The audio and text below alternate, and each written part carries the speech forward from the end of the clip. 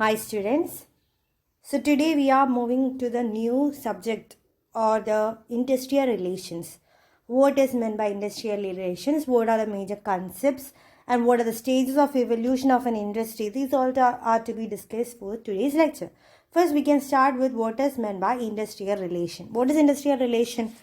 Industrial relation എന്ന് പറഞ്ഞാൽ നമ്മുടെ ഇൻഡസ്ട്രിയും അതേപോലെ മാനേജ്മെൻറ്റ് ഇൻഡസ്ട്രിയിൽ തന്നെ ലേബറും ഉണ്ടാവും മാനേജ്മെൻറ്റും ഉണ്ടാവും അവർ തമ്മിലുള്ള ഒരു അസോസിയേഷൻ വെച്ചാണ് നമ്മുടെ ഒരു ദിവസത്തെ ആക്ടിവിറ്റീസ് ഒരു ഡേ ടു ഡേ വർക്ക് നടക്കുന്നത് അപ്പോൾ അതൊരു പ്രോപ്പർലി അല്ല നമ്മുടെ എംപ്ലോയിയും എംപ്ലോയീസും തമ്മിലുള്ള റിലേഷൻഷിപ്പ് ഒരു പ്രോപ്പർ റിലേഷൻഷിപ്പ് അല്ലെങ്കിൽ ഒരിക്കലും ഇൻഡസ്ട്രി പ്രോപ്പറായിട്ട് വർക്ക് ചെയ്യല്ല for the better running of the industry and for the management of the industry in a better way we want industrial relationship between the employer and the employee. അത് quality കൺട്രോളിൻ്റെ ഏരിയയിലും അതേപോലെ മാർക്കറ്റിങ്ങിലും price ഫിക്സേഷനിലും profit share ചെയ്യുന്നതിലും എല്ലാത്തിലും ഇത് included ആവുന്നുണ്ട്. So always an industrial relation is to be in a way that the employees are very free to approach their employer and tell about their issues and get resolved. അങ്ങനെ ഒരു നല്ല റിലേഷൻഷിപ്പാണ് ഒരു industrial റിലേഷൻഷിപ്പിൽ എപ്പോഴും വേണ്ടത്.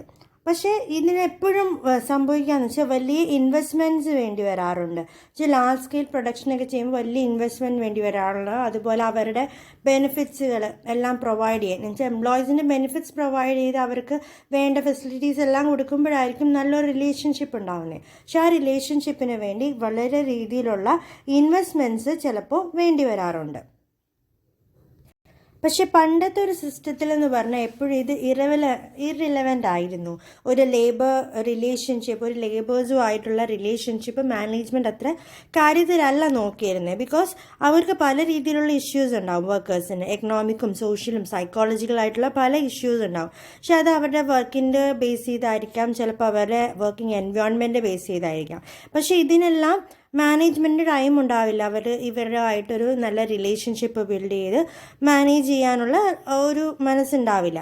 പക്ഷേ industrialisation വന്നതോടെ എന്ന് വെച്ചാൽ കൂടുതൽ ഇൻഡസ്ട്രീസ് എല്ലാം നമ്മളുടെ കൺട്രിയിൽ വന്നു. പുറത്തുള്ള ഫോറിൻ കൺട്രീസ് എല്ലാം നമ്മുടെ കൺട്രിയിൽ വന്നത് ഇൻഡസ്ട്രീസ് സ്റ്റാർട്ട് ചെയ്തു. ഇൻ ദാറ്റ് കേസ് എന്ത് ചെയ്തു, വർക്കേഴ്സ് സ്വയമേ ഓർഗനൈസ് ചെയ്യാൻ തുടങ്ങി. അവർ കൂട്ടത്തിൽ തന്നെ ഓർഗനൈസ് ചെയ്ത് ദേ created the trade unions.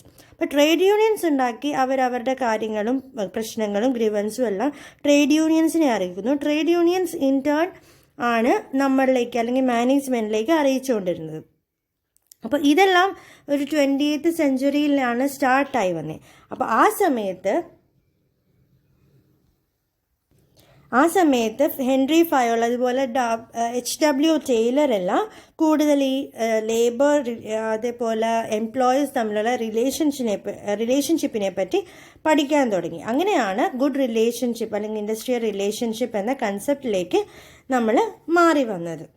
And so we can see that is industrial relationship denotes the collective relationship between the management and the workers.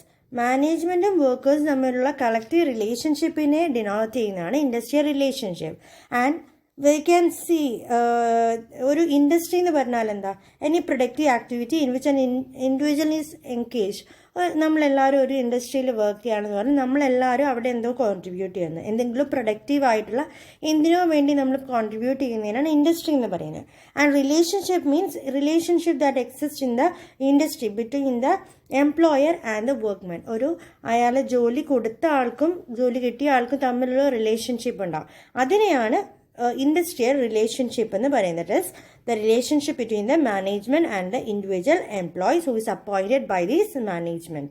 Okay, so ചില ടൈമിൽ ഞാൻ നേരത്തെ പറഞ്ഞു ഒരു ഇൻഡസ്ട്രിയലൈസേഷൻ സ്റ്റാർട്ട് ചെയ്ത് വന്നപ്പോഴേക്ക് വർക്കേഴ്സ് സ്വയമേ കോപ്പറേറ്റ് ചെയ്ത് they started developing or telling their grievances to a trade union. In turn, this trade union will approach the management to address these issues of the workers and get resolved by the management and the trade union corporation. ഇങ്ങനെയാണ് ഇപ്പോൾ തൽക്കാലം നടന്നു വരുന്നത്. Trade unions ആണ് ഒരു ഇൻഡസ്ട്രിയിലെ main ഘടകമായിട്ട് വരുന്നത്. അതിനെ base ചെയ്ത് കുറേ ലോസ് വന്നു, ട്രേഡ് യൂണിയൻ ആക്ട് വന്നു, ലേബർ ലോസ് എല്ലാം ക്രിയേറ്റ് ആയത് ഇൻഡസ്ട്രിയൽ റിലേഷൻഷിപ്പിൻ്റെ വളർച്ചയോടുകൂടിയാണ്. സോ ഒരു ഇൻഡസ്ട്രിയുടെ എവല്യൂഷൻ ഇതാണ് നമുക്ക് പഠിക്കേണ്ടത്. What are the major stages in an evolution of an industry വളർന്നു വരുമ്പോൾ ഓരോരോ സ്റ്റേജിൽ കൂടിയായിരിക്കും. ഒരു കുട്ടിയെ പോലെ തന്നെ ഒരു ഇൻഡസ്ട്രിയും വളർന്നു വന്നത്. അതെങ്ങനെയാണ്? ഫസ്റ്റ് സ്റ്റേജ് എന്ന് പറഞ്ഞാൽ പ്രിമിറ്റീവ് സ്റ്റേജ് ആയിരുന്നു. ആ സ്റ്റേജിൽ സംഭവിക്കുന്നതെന്ന് വെച്ചാൽ, that is in a primitive stage, all the families were self-sufficient. എല്ലാ ഫാമിലീസും സെൽഫ് സഫിഷ്യൻ്റ് ആയിട്ടുണ്ടായിരുന്നു. അവർക്ക് വേണ്ടതായ കൃഷി ഉണ്ടായിരുന്നു, അവർക്ക് മൃഗങ്ങളുണ്ടായിരുന്നു. അതിൽ നിന്ന് കിട്ടുന്ന ഇൻകം അല്ലെങ്കിൽ അവരെ ഫീഡ് ചെയ്തും അതിൽ നിന്ന് കൾട്ടിവേറ്റ് ചെയ്തും ഉണ്ടാവുന്ന ബെനിഫിറ്റിലായിരുന്നു, സെൽഫ് സഫിഷ്യൻ്റ് ആയിട്ടായിരുന്നു ഈച്ച് ഫാമിലി ജീവിച്ചുകൊണ്ടിരുന്നത്. അറ്റ് എ പ്രിമിറ്റീവ് സ്റ്റേജ് അവരുടെ ഫാമിലി കൺസപ്ഷന് വേണ്ടിയിട്ടുള്ള ഉണ്ടാക്കുന്നു, അത് ഭക്ഷിക്കുന്നു, അതേപോലെ തന്നെ പിന്നെയും അടുത്ത ജനറേഷൻസിന് വേണ്ടി ഉണ്ടാക്കുന്നു. But they were not having any kind of സേവിങ്സോ അങ്ങനത്തെ കൺസെപ്റ്റ് ഒന്നും അവർക്ക് ഉണ്ടായിരുന്നില്ല പ്രിമിറ്റീവ് കൾച്ചറിൽ. അതേപോലെ നമുക്കിപ്പോൾ ഇപ്പം നമുക്കൊരു സാധനം ഇല്ലെങ്കിൽ നമ്മൾ എന്ത് ചെയ്യും? വേറൊരാളുടെ കയ്യിൽ നിന്ന് നമ്മുടെ സാധനം കൊടുത്തിട്ട് വാങ്ങുന്നു. ഇപ്പോൾ അത് പൈസ കൊടുത്തിട്ടാണ് നമ്മൾ വേറൊരാളുടെ കയ്യിൽ നിന്ന് സാധനം വാങ്ങുന്നത്. പക്ഷെ പണ്ടത്തെ സിസ്റ്റം എന്ന് പറഞ്ഞാൽ ഒരു കമ്മോഡിറ്റി നമ്മൾ കൊടുത്തിട്ട് വേറൊരു commodity വാങ്ങുന്നതായിരുന്നു.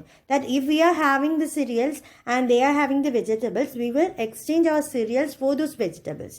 V will give those cereals. Rice ആണ് നമ്മൾ കൾട്ടിവേറ്റ് ചെയ്തെങ്കിൽ റൈസിൻ്റെ ഇത്ര 1 കിലോ റൈസ് കൊടുത്ത് 1 കിലോ പച്ചക്കറി വാങ്ങും. അങ്ങനെ ഒരു ബാർട്ടർ സിസ്റ്റം എന്നാണ് അതിനെ പറയുന്നത്. ഒന്ന് കൊടുത്ത് ഒരു കമ്മോഡിറ്റി കൊടുത്ത് ഡയറക്റ്റ് എക്സ്ചേഞ്ച് ചെയ്യും ഫോർ അനദർ കമ്മോഡിറ്റി. അങ്ങനെയാണ് ബാർട്ടർ സിസ്റ്റം ഡെവലപ്പായി വന്നത്. ഓക്കെ. പക്ഷേ ചില ഫാമിലികളിൽ കൂടുതലുണ്ട്, വളരെയധികം സർപ്ലസ് കണ്ടീഷൻ ആണെങ്കിൽ അവിടെ ബാർട്ടർ സിസ്റ്റം ഉണ്ടാവില്ല. അതുപോലെ വളരെ പുവറായിട്ടുള്ള ഡെഫിഷ്യൻ്റ് ആയിട്ടുള്ള ഫാമിലീസ് ആണെങ്കിൽ അവിടെയും സംഭവിക്കില്ല. Because they don't have anything to exchange for something. അവർക്കൊന്നും കൊടുക്കാനില്ല ഒന്നും വാങ്ങാൻ വേണ്ടി. മറ്റവർക്കാണെങ്കിൽ എല്ലാം ഉണ്ട്. So they don't want any barter system. ഇതായിരുന്നു പ്രിമിറ്റീവ് സ്റ്റേജിൽ സംഭവിച്ചത്. Second stage is the agrarian economy stage. In this stage agriculture was a primary source of income. Agrarian economy എന്ന് പറയുമ്പോൾ നമ്മുടെ ഇന്ത്യ ഓൾമോസ്റ്റ് അഗ്രേറിയൻ എക്കോണമിയാണ്, അല്ലെങ്കിൽ അഗ്രേറിയൻ കൺട്രിയാണ്. Because not Kerala, ബാക്കി എല്ലാ സ്റ്റേറ്റുകളെന്ന് വെച്ചാൽ അവരുടെ മേജർ ഇൻകം അല്ലെങ്കിൽ അവരുടെ മേജർ ഓക്കുപ്പേഷൻ എന്ന് വെച്ചാൽ അഗ്രികൾച്ചറാണ്. So ours is called an agrarian country or an economy. Our economy is agrarian. അതേപോലെ തന്നെ പണ്ടത്തെ കാലത്ത് എല്ലാവർക്കും അഗ്രികൾച്ചറാണ്. അഗ്രികൾച്ചറിലൂടെ മാത്രമായിരുന്നു അവരുടെ ഒരു ജീവിതം മുന്നോട്ട് പോയിക്കൊണ്ടിരുന്നത്. അപ്പോൾ അവർ ട്രൈബൽസ് ആണെങ്കിലും ഒരു സ്ഥലത്ത് സെറ്റിലാവും, എന്നിട്ട് അവിടെ അവർ ചെടികളെ നടുന്നു, മൃഗങ്ങളെ റെയർ ചെയ്യുന്നു, അതിൽ നിന്ന് കിട്ടുന്ന ഇൻകം കൊണ്ട് അവർ ജീവിക്കുന്നു. എന്ന രീതിയിലായിരുന്നു പോയിക്കൊണ്ടിരുന്നത്. പക്ഷേ ഓണർഷിപ്പൊക്കെ വന്നപ്പോൾ എന്ന് വെച്ചാൽ നമ്മൾ പണ്ട് എല്ലാവരും ട്രൈബൽസാണ്, ഇങ്ങനെ യാത്ര ചെയ്ത് കാണുന്ന സ്ഥലത്ത് പോയി കൃഷി ചെയ്യുന്നു, അവിടെ ജീവിക്കുന്നു, പിന്നെ അടുത്ത സ്ഥലത്തോട്ട് പോകുന്നു, മൈഗ്രൻസ് പോലെയായിരുന്നു. പക്ഷേ പിന്നെ പ്രൈവറ്റ് ഓണർഷിപ്പ് ഓഫ് പ്രോപ്പർട്ടി കിട്ടി. എന്ന് വെച്ചാൽ നമുക്ക് ഇപ്പോൾ ഉള്ള പോലെ ഓരോരുത്തർക്ക് ഓരോ സ്ഥലം, ഇത്ര സ്ഥലം അവരുടെ പേരിൽ അങ്ങനെ ആയിക്കഴിഞ്ഞപ്പോൾ എന്ത് പറ്റി? ട്രൈബ്സ് ഫാമിലീസായി. എന്നിട്ട് ഫാമിലീസ് ഓരോരോ ഒക്കുപ്പേഷനിലേക്ക് മാറി. അഗ്രികൾച്ചർ അല്ലാതെ തന്നെ വേറെ ഓരോ ഒക്കുപ്പേഷനിലേക്ക് മാറി, വേറെ ഗുഡ്സ് കിട്ടാൻ വേണ്ടി വേറെ രീതിയിലുള്ള ഒക്കുപ്പേഷൻ. അങ്ങനെയാണ് ട്രേഡേഴ്സ് അതുപോലെ ലേബേഴ്സ് എല്ലാം ഉണ്ടായി വന്നത്. പക്ഷെ എന്നാലും അവർക്ക് അവരുടേതായ സെൽഫ് കൺസെപ്ഷൻ മീറ്റ് ചെയ്യാനുള്ള കാര്യങ്ങളൊക്കെ അഗ്രേറിയൻ എക്കോണമിയിലും ഉണ്ടായിരുന്നു. തേർഡ് സ്റ്റേജ് ആയിട്ടാണ് നമുക്ക് ഹാൻഡിക്രാഫ്റ്റ് സ്റ്റേജ് പറയുന്നത്. അതിലെന്ന് പറഞ്ഞാൽ കൂടുതൽ ആർട്ടിസൻസ് ആയിട്ട് വെച്ചാൽ നമ്മൾ കസ്റ്റമേഴ്സിന് വേണ്ടി ഓരോ സാധനങ്ങൾ പ്രൊഡ്യൂസ് ചെയ്യും, കൊടുക്കും, അതിനുള്ള റിട്ടേൺ നമുക്ക് പൈസയായിട്ട് കിട്ടും. അപ്പം കൂടുതലും മെഷീനറീസ് എല്ലാമായിരുന്നു.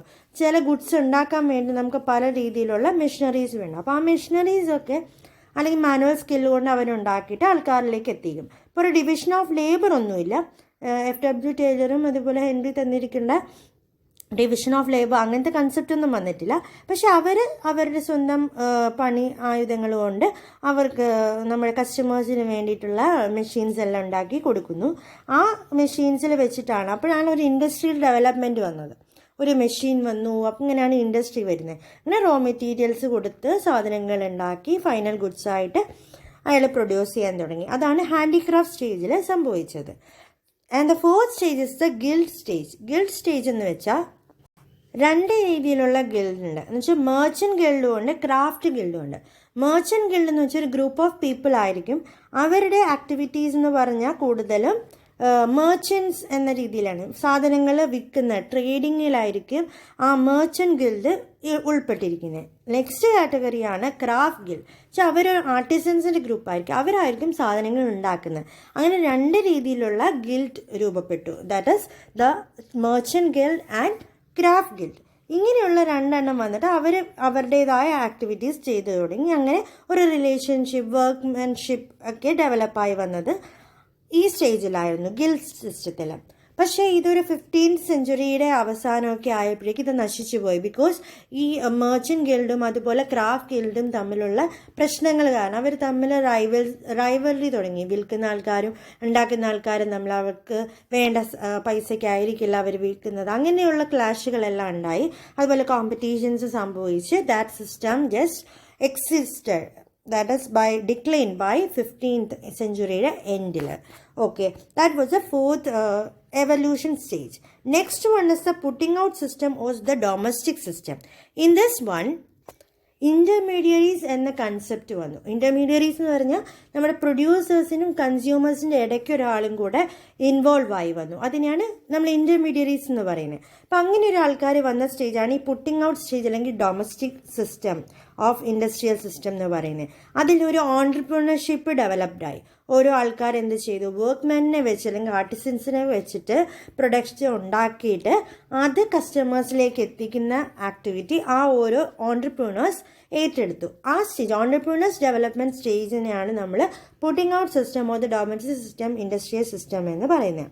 ഇതിൽ ഒരു ഓൺട്രപ്രണർ ആയിരിക്കും റോ മെറ്റീരിയൽസ് പ്രൊക്യൂർ ചെയ്യുന്നതും എക്യുപ്മെൻറ്റ്സ് പ്രൊക്യൂർ ചെയ്യുന്നതൊക്കെ. പക്ഷേ അത് എന്നിട്ട് നമ്മുടെ ആർട്ടിസൻസിന് കൊടുക്കുന്നു, അവർ പ്രൊഡക്ട്സ് ഉണ്ടാക്കുന്നു, അത് നമ്മൾ കസ്റ്റമേഴ്സിലേക്ക് എത്തിക്കുന്നു. അപ്പോൾ എപ്പോഴും ഈ ഓൺട്രപ്രണർ ആയിരിക്കും മേജർ ഓണർ അല്ലെങ്കിൽ മാനേജർ, ആ പ്രൊഡക്ഷൻ സിസ്റ്റത്തിൻ്റെ മാനേജർ അല്ലെങ്കിൽ ഓണർ എന്ന് പറയപ്പെടുന്നത്. ഇതാണ് putting out stage. That is the 5th stage of evolution of industry. Next one is the industrial revolution. Industrial revolution എന്ന് പറഞ്ഞാൽ 18th സെഞ്ച്വറിയുടെ അവസാനമായിട്ട് 19th സെഞ്ച്വറിയുടെ തുടക്കത്തിൽ ഉണ്ടായ ഒരു സ്റ്റേജ് ആയിരുന്നു ഇൻഡസ്ട്രിയൽ റെവല്യൂഷൻ. അപ്പോഴാണ് ഈ ഇൻഡസ്ട്രി, കോമേഴ്സ് എന്ന രീതിയിലുള്ള ചേഞ്ചസ് എല്ലാം വന്നത്. ഹ്യൂമൻ ലൈഫിൽ തന്നെ വളരെയധികം മാറ്റം ഉണ്ടാക്കിയ ഒന്നായിരുന്നു ഇത്. അപ്പോഴാണ് കുറേ ഇംഗ്ലീഷ് സയൻറ്റിസ്റ്റുകളും എല്ലാം ഇവോൾവ് ചെയ്തതും അവരുടെ കുറേ കണ്ടുപിടുത്തങ്ങളെല്ലാം വന്നത് ഇൻഡസ്ട്രിയൽ റെവല്യൂഷനിൽ. പക്ഷേ ഇൻഡസ്ട്രിയൽ റെവല്യൂഷൻ വന്നതോടെ നമ്മുടെ ഡിമാൻഡ് വളരെയധികം കൂടി. നമ്മുടെ പ്രൊഡക്ട്സിനും സർവീസസിനും വേണ്ടിയിട്ടുള്ള ഡിമാൻഡ്സ് വളരെയധികം കൂടി. Because widening of the market ആയിരുന്നു സംഭവിച്ചത്.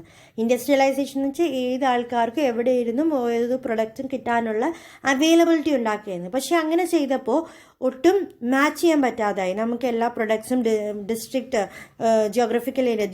ജോഗ്രഫിക്കൽ ഏരിയാസിലേക്ക് പ്രൊവൈഡ് ചെയ്യാൻ പറ്റാത്ത പല സിറ്റുവേഷൻസ് വന്നു. അങ്ങനെ 15-16 സെഞ്ച്വറീസിൻ്റെ സമയമായപ്പോൾ ഇത് ഭയങ്കര വീക്കായി ഇൻഡസ്ട്രിയുടെ ഡെവലപ്മെൻറ്റ്. അപ്പോൾ ഓരോരുത്തർ പുതിയ പുതിയ ടെക്നോളജീസ് അല്ലെങ്കിൽ ടെക്നിക്സ് ഒക്കെ ഡെവലപ്പ് ചെയ്തു. ലേബേഴ്സിനെ എങ്ങനെ മാക്സിമം യൂട്ടിലൈസ് ചെയ്യാമെന്നുള്ള ടെക്നിക്സ് എല്ലാം കണ്ടുപിടിച്ചു. Because there were a increasing demand. നമ്മുടെ പ്രൊഡക്ട്സിന് അത്ര ഇൻക്രീസ്ഡ് ഡിമാൻഡ് വന്നപ്പോൾ നമ്മൾ എങ്ങനെയെങ്കിലും ലേബർ ഇൻറ്റൻസീവ് ടെക്നിക്സ് ഡെവലപ്പ് ചെയ്യാൻ തുടങ്ങി. അങ്ങനെ പല വേസിലൂടെ അല്ലെങ്കിൽ എല്ലാ ബുദ്ധിമുട്ടുകളും ഹിൻഡ്രൻസസ് ഒക്കെ അവോയ്ഡ് ചെയ്ത് വർക്കേഴ്സിനെ കൊണ്ട് ജോലി ചെയ്യിപ്പിക്കാൻ തുടങ്ങിയത് ഈ ഇൻഡസ്ട്രിയൽ റെവല്യൂഷനിലാണ്. ഇൻഡസ്ട്രീസ് കൂടിയതും ലേബർ ഇൻറ്റൻസീവ് വർക്കിലേക്കായിരുന്നു കോൺസെൻട്രേഷൻ വന്നത്. And the next stage is the machine age and factory system. In the machine age and factory system, big factories came into existence. വലിയ വലിയ ഫാക്ടറീസ് എല്ലാം നമ്മളുടെ കൺട്രിയിലേക്ക് വന്നു. അതേപോലെ കുറേ ആൾക്കാർക്ക് ജോലി കിട്ടിയത് ഈ മെഷീൻ ഏജ് അല്ലെങ്കിൽ ഫാക്ടറി സിസ്റ്റത്തിലാണ്. കൂടുതൽ ആൾക്കാരെ എംപ്ലോയ് ചെയ്തു. അപ്പോൾ അവരുടെ നീഡ്സും എല്ലാ ആൾക്കാരുടെ പല പല കൺട്രീസിലുള്ള, ഒറ്റ കൺട്രി മാത്രമായിരുന്നില്ല അപ്പോൾ അവരുടെ ഫോക്കസ്. ഏത് കൺട്രീസിലേക്കും പ്രൊഡക്ട്സ് എത്തിക്കാമെന്ന രീതി, ആരുടെ നീഡ്സ് വേണമെങ്കിലും കാറ്റർ ചെയ്യാൻ പറ്റുന്ന രീതിയിലുള്ള ഡെവലപ്മെൻ്റ് ആയിരുന്നു ഈ മെഷീൻ ഏജിൽ വന്നത്. ഫോർ എക്സാമ്പിൾ ഇപ്പോൾ ഉള്ള ഓരോ ട്രേഡേഴ്സ്, ഇപ്പം ആമസോൺ, ഫ്ലിപ്കാർട്ട് എന്നുള്ള ഏത് കൺട്രിയിൽ നിന്ന് വേണമുള്ളെങ്കിൽ ട്രേഡ് ഇപ്പം നമ്മളുടെ ഇവിടെ കിട്ടും. ഇപ്പോൾ ചൈനയുടെ പ്രൊഡക്ട്സ് നമ്മളിവിടെ വാങ്ങുന്നുണ്ടായിരുന്നു, പക്ഷേ ഇപ്പോൾ പതുക്കെ നമ്മൾ കുറച്ചിട്ടുണ്ടോ. പക്ഷേ ജപ്പാൻ പ്രൊഡക്ട്സ്, അതുപോലെ USA പ്രൊഡക്ട്സ്, അങ്ങനെ ഏത് കൺട്രിയിലുണ്ടാകുന്ന പ്രൊഡക്ട്സും നമ്മളിലേക്ക് എത്താനും നമുക്ക് അങ്ങോട്ട് എക്സ്പോർട്ട് ചെയ്യാനുള്ള ഫെസിലിറ്റി. ഇപ്പോൾ ടീയും കോഫിയും എല്ലാം നമ്മൾ ഫോറിൻ കൺട്രീസിലേക്ക് എക്സ്പോർട്ട് ചെയ്യുന്നു. ഇതിനൊക്കെ എവല്യൂഷന് കാരണം ഈ മെഷീൻ ഏജിൻ്റെ ഡെവലപ്മെൻ്റ് ആണ്. അപ്പോൾ നമ്മൾ കൂടുതൽ പ്രൊഡ്യൂസ് ചെയ്യാനും തുടങ്ങി, ഏത് കൺട്രീസുമായിട്ടുള്ള റിലേഷൻഷിപ്പും ബിൽഡായി. അതെല്ലാമാണ് ഒരു മെഷീൻ ഏജ് അല്ലെങ്കിൽ ഫാക്ടറി സിസ്റ്റത്തിൽ നമ്മൾ കണ്ടുവന്നത്. ഇതിൻ്റെ മേജർ ഫീച്ചേഴ്സായിട്ട് നമുക്ക് മെഷീൻ ഏജിന് എന്തെല്ലാമാണ് ബേസിക് ഫീച്ചേഴ്സ് എന്ന് ചോദിച്ചാൽ, the first one is a large scale production large സ്കെയിലായിട്ട് മാറി. ദെൻ മെക്കനൈസേഷൻ ആൻഡ് ഓട്ടോമേഷൻ, എല്ലാം ലേബർ ഇൻറ്റൻസീവ് വർക്കിൽ നിന്ന് മാറി മെഷീൻ ഇൻറ്റൻസീവ് വർക്കായി. മെഷീൻസിനെ മാക്സിമം യൂട്ടിലൈസ് ചെയ്ത് വർക്ക് ചെയ്യിപ്പിച്ചിട്ടുള്ള രീതിയാണ്. എന്ന് വെച്ചാൽ എല്ലാം ഓട്ടോമേഷൻ ആക്കി, ലേബേഴ്സിൻ്റെ യൂസ് കുറച്ചിട്ട് കൂടുതൽ ഓട്ടോമേഷൻ ആക്കി. പണ്ട് ആ ഇൻഡസ്ട്രിയൽ റെവല്യൂഷന് കുറേ ആൾക്കാർക്ക് ജോലിയായിരുന്നു പ്രൊവൈഡ് ചെയ്തത്. പക്ഷേ ഇതിൽ വന്നപ്പോൾ ആൾക്കാർക്ക് ജോലിയുണ്ട്, but more concentration was given on these machine to increase the automation of those machine. Next MIS system വന്നു, മാനേജ്മെൻറ്റ് ഇൻഫർമേഷൻ സിസ്റ്റം. എന്തിനെ പറ്റി മാനേജ്മെൻറ്റ്, ഓരോ പ്രൊഡക്ട്സ് എവിടെ കൂടെ പോകുന്നു, എവിടെ വരെ എത്തുന്നു എന്നുള്ളതെല്ലാം റെക്കോർഡഡ് ആവുന്ന രീതിയിലൊരു മാനേജ്മെൻറ്റ് സിസ്റ്റം തന്നെ ഇവോൾവ് ആയി. That is A management information system. Then industrial areas വന്നു. പലയിടത്തും നമ്മൾ ഇൻഫോ പാർക്ക്, അതല്ലെങ്കിൽ ഇൻഡസ്ട്രിയൽ ഏരിയാസ് ആയിട്ട് പാലക്കാടൊക്കെ കാണാറുണ്ട്. അങ്ങനെ പല രീതിയിലുള്ള ഇൻഡസ്ട്രിയൽ ഏരിയാസ് ഡെവലപ്പായി വന്നു. Similarly expansion of the international trade. ഏത് കൺട്രിയിലേക്കും വേണമെങ്കിലും നമുക്ക് ഇൻ്റർനാഷണൽ ട്രാൻസ്ഫേഴ്സ് സെൽ ചെയ്യാനും ഒരു പ്രൊഡക്റ്റ് എക്സ്പോർട്ട് ചെയ്യാനും ഇമ്പോർട്ട് ചെയ്യാനുള്ള എക്സ്പാൻഷൻ ഫെസിലിറ്റീസ് പ്രൊവൈഡ് ചെയ്യും. Then research and development also increases. ഒരു കാര്യത്തിനെ പറ്റിയിട്ടുള്ള റിസർച്ചും ഡെവലപ്മെൻറ്റ് എല്ലാം കൂടി ഈ machine age. And also it also result in the competition. എല്ലാ കൺട്രികളിലേക്കും എല്ലാവർക്കും ആക്സസ് കിട്ടിയപ്പോൾ എന്ത് പറ്റി, കോമ്പറ്റീഷൻ വളരെയധികം കൂടാനും തുടങ്ങി. These are the major features of A machine age. അപ്പോൾ നമുക്ക് എവല്യൂഷൻ ഓഫ് ഇൻഡസ്ട്രിയെ ഇത്രയും സ്റ്റേജസ് ആയിട്ട് പറയാം. First one is A primitive stage in which barter system was the main one. Then agrarian economy system in which agriculture was a major and it was essential. It was just meant for their livelihood. Then handicraft system in which artisans were there, they do the work and give it to the customers എന്ന രീതിയിൽ. Then guild system came in which there were two guilds, that is merchant guild and craft guild. അവർ തമ്മിലുള്ള clash കാരണം ഇത് പതുക്കെ അവസാനിച്ചു തുടങ്ങി. And next there came the putting out system or the domestic system in which an entrepreneur came in between these artisans and the customers. So they were the ones who act as the owners in the management or the management of the production system. Then came the Industrial Revolution by the end of the 18th century and early 19th century, in which the industry totally changed because കൂടുതൽ ആൾക്കാർക്ക് ജോലി കൊടുത്തു, പല increasing demands എല്ലാം meet ചെയ്യുന്ന രീതിയിലുള്ള പ്രൊഡക്ഷനിലേക്ക് മാറി. എല്ലാ ബുദ്ധിമുട്ടുകളും തരണം ചെയ്യാൻ തുടങ്ങി ഇൻഡസ്ട്രിയൽ റെവല്യൂഷനിൽ. And in the last stage ഇപ്പോഴത്തെ ഏജായ മെഷീൻ ഏജ് അല്ലെങ്കിൽ ഫാക്ടറി സിസ്റ്റത്തിലേക്ക് വന്നു. ഇതിൽ നമ്മൾ കൂടുതലും automation related large scale production, international trade, അതുപോലെ റിസർച്ച് ആൻഡ് ഡെവലപ്മെൻറ്റ് ഒക്കെയാണ് കോൺസെൻട്രേറ്റ് ചെയ്യുന്നത്. So these are the stages of the evolution of an industry. So by this evolution the begins industrialisation. ഇപ്പോഴത്തെ ഏറെയായ ഇൻഡസ്ട്രിയലൈസേഷൻ എന്ന കൺസെപ്റ്റിലേക്ക് ഡെവലപ്ഡ് ആയി നമ്മുടെ country.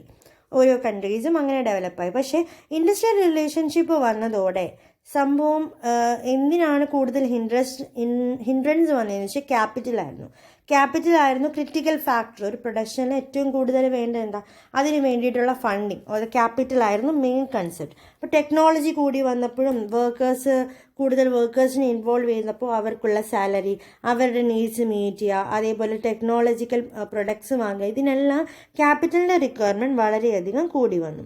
ഇപ്പോൾ ഒരു ഫാക്ടറിയുടെ ഓണർ ആണെങ്കിൽ തന്നെ പുള്ളി എല്ലാ റോ മെറ്റീരിയൽസ് കളക്ട് ചെയ്യുന്നു, ടൂൾസ് മെഷീൻസ് എല്ലാം കളക്ട് ചെയ്ത് അത് ലേബേഴ്സിനെ കൊണ്ട് അവർക്ക് വേജസ് കൊടുത്ത് വർക്ക് ചെയ്യാൻ തുടങ്ങിയ ഒരു സ്റ്റേജ് ആയിരുന്നു ഇൻഡസ്ട്രിയലൈസേഷൻ. അങ്ങനെ രണ്ട് രീതിയിലുള്ള ക്ലാസ്സസ് വന്നു ഇൻഡസ്ട്രിയലൈസേഷൻ കാരണം. ആൾക്കാരുടെ രണ്ട് രീതിയിലുള്ള ഡിസ്റ്റിങ് ക്ലാസ്സസ് വന്നു, which are the capitalist and the working class.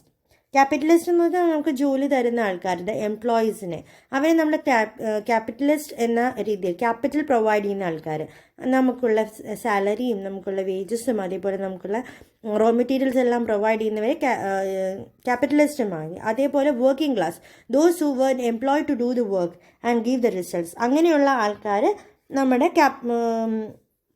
Working ക്ലാസ്സിലും വന്നു. പക്ഷേ ക്യാപിറ്റലിസ്റ്റ് ആൾക്കാർ എപ്പോഴും ലാർജ്ലി ട്രെയിൻഡ് ആയിരിക്കും, അവർക്ക് കൂടുതൽ പവറുള്ളവരായിരിക്കും. ക്യാപിറ്റൽ കൊണ്ട് ദേ വർ ഹാവിങ് ദ പവർ. പക്ഷേ വർക്കിംഗ് ക്ലാസ് എന്ന് വെച്ചാൽ അൺട്രെയിൻഡ് ആയിട്ടുള്ള, അൺഎഡ്യൂക്കേറ്റഡ് ഓർ അൺഓർഗനൈസ്ഡ് ആയിട്ടുള്ള ആൾക്കാരായിരുന്നു വർക്കിംഗ് ക്ലാസ്സിൽ വന്നത്. അപ്പോൾ എപ്പോഴും വർക്കേഴ്സിന് ഒരു സന്തോഷം ഉണ്ടായിരുന്നില്ല. അവരുടെ എംപ്ലോയീസ് ഒരിക്കലും അവരോട് വളരെ നല്ല രീതിയിലായിരുന്നില്ല ഇൻഡസ്ട്രിയലൈസേഷൻ ഏരിയയിൽ പെരുമാറിക്കൊണ്ടിരുന്നത്. എന്ന് വെച്ചാൽ ഇൻഡസ്ട്രിയലൈസേഷൻ വന്നപ്പോൾ അവർക്ക് ഒട്ടും ഫ്രീഡം ഇല്ലാതെ വന്നു. ഫുൾ ടൈം വർക്ക് ചെയ്യുക, അവർക്ക് ഇഷ്ടമില്ലെങ്കിലും ജോലി ചെയ്യേണ്ട രീതിയിലൊരു വർക്കിംഗ് കൾച്ചറായിരുന്നു ഡെവലപ്പായി വന്നത്. ആ വർക്കിംഗ് എൻവയോൺമെൻറ്റും ചിലപ്പോൾ അൺഹെൽത്തി ആയിരിക്കാം, ഹൈജീനിക് ആയിരിക്കാം. പക്ഷേ they were not having any right to complain about this to the management. അങ്ങനെ ഒരു ക്യാപിറ്റലിസ്റ്റിലേക്ക് വർക്കിംഗ് ക്ലാസ്സിന് ഒരു അകൽച്ചയായി. They don't have any freedom to do their work or do as per they like. അങ്ങനെ ഒരു സിറ്റുവേഷനാണ് ഇൻഡസ്ട്രിയലൈസേഷൻ കാരണം ഉണ്ടായി വന്നത്. അങ്ങനെ സംഭവിച്ചു വന്നപ്പോൾ നോർമലി ഈ വർക്കിംഗ് ക്ലാസ്സിന് അൺഎഡ്യൂക്കേറ്റഡ് ആയതുകൊണ്ട് അവർ കൂടുതൽ അവരുടെ കുട്ടികളെയും വർക്കിങ്ങിലേക്ക് ഇൻവോൾവ് ചെയ്യിപ്പിച്ചു. They were also that children were denied to give any education and they were also involve in the employment activities to ഏണിങ് എന്ന കൺസെപ്റ്റിലേക്ക് അവരെ മാറി. അവരെ എക്സ്പ്ലോയിറ്റ് ചെയ്യാൻ തുടങ്ങി. അങ്ങനെ വർക്കേഴ്സ് എക്സ്പ്ലോയിറ്റേഷനും ചൈൽഡ് ലേബറും ഡെവലപ്പ് ചെയ്തു വന്നു by the beginning of this industrialisation. അവിടുത്തെ ഗവൺമെൻറ്റിനും ഒരു നമ്മുടെ കൺട്രിയിലാണെങ്കിലും ഗവൺമെൻറ്റിനും കൂടുതൽ ഇൻഫ്ലുവൻസ് ചെയ്യാൻ പറ്റിയിരുന്നില്ല.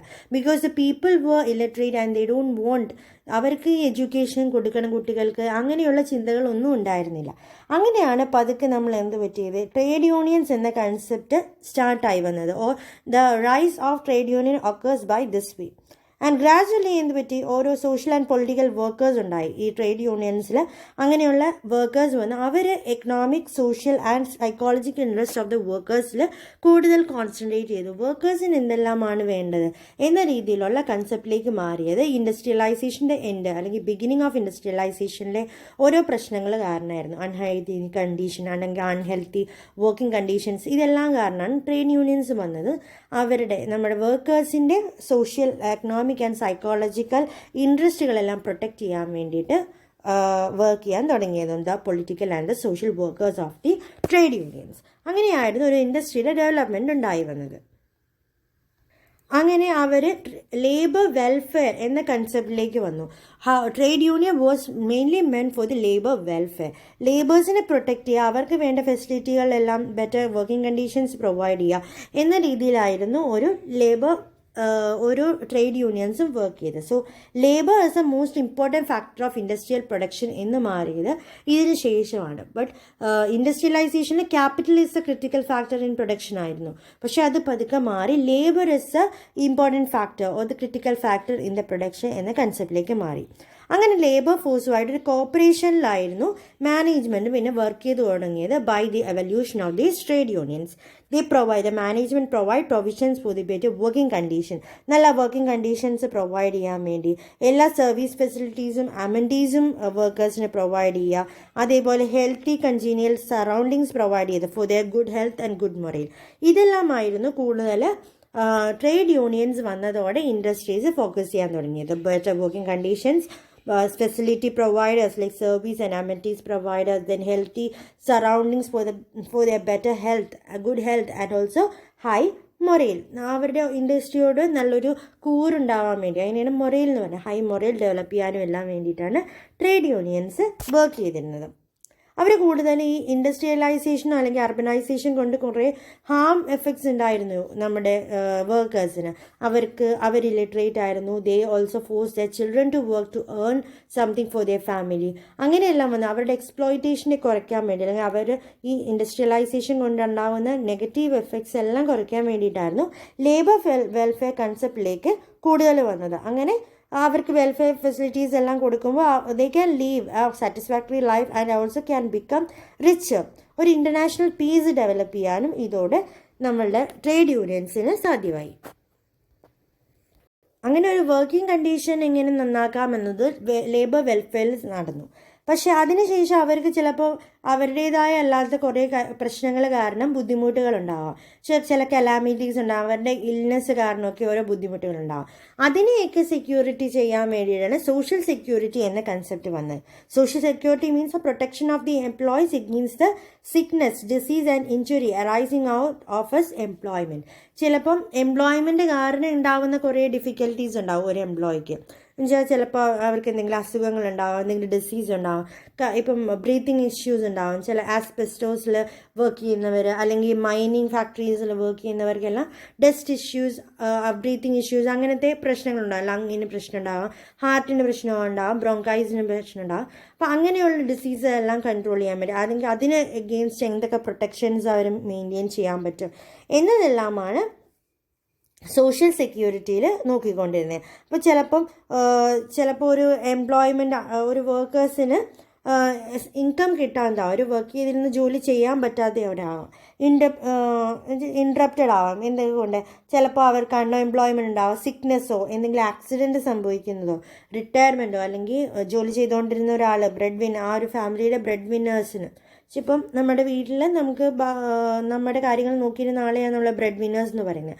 അവർക്ക് എന്തെങ്കിലും അവരുടെ ജീവൻ നഷ്ടപ്പെടുമോ, അല്ലെങ്കിൽ അവർക്ക് എന്തെങ്കിലും അൺഫോർസീൻ ആയിട്ടുള്ള ആക്സിഡൻസ് സംഭവിക്കുകയാണ്, അവർ തളർന്നു പോവോ, അങ്ങനെ എന്തെങ്കിലും വരുമ്പോൾ, അല്ലെങ്കിൽ അവർക്ക് എന്തെങ്കിലും അസുഖം കാരണം നമുക്ക് കൂടുതൽ എക്സ്പെൻഡിച്ചർ ചിലവാകുന്നു, അങ്ങനെയുള്ള കേസിൽ നമ്മൾ കൂടുതൽ അവർക്ക് ബെനിഫിറ്റ്സ് കൊടുക്കാൻ വേണ്ടിയിട്ടാണ് സോഷ്യൽ സെക്യൂരിറ്റി എന്ന കൺസെപ്റ്റ് വന്നത്.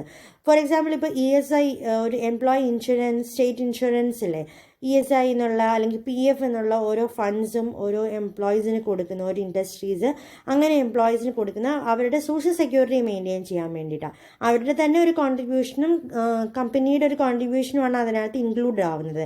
എന്നാലും they are given the better facility through the social security. These are the major introductory portion to this labour റിലേഷൻ്റെ ഇൻട്രൊഡക്ഷൻ എങ്ങനെയാണ് ഈ കൺസെപ്റ്റ് ഡെവലപ്പായി വന്ന ഒരു ഇൻഡസ്ട്രി ബാർട്ടർ സിസ്റ്റത്തിൽ നിന്ന് ഇപ്പോഴത്തെ സിസ്റ്റത്തിലേക്ക് എങ്ങനെ മാറി, എങ്ങനെയാണ് ലേബർ വെൽഫെയറും സോഷ്യൽ സെക്യൂരിറ്റി എന്ന കൺസെപ്റ്റും ഇവോൾവ് ആയതെന്നാണ് ടുഡേ നമ്മൾ ഡിസ്കസ് ചെയ്തത്. So from tomorrow we will go into deep with, or the next lecture we can go into deep with this industrial relations, meaning and all. Okay, so today I will end my session with this one. So hope you have all understood the portion. So just go through it, and if you have any doubts, just message me or ask. So that's all for the day. Thank you.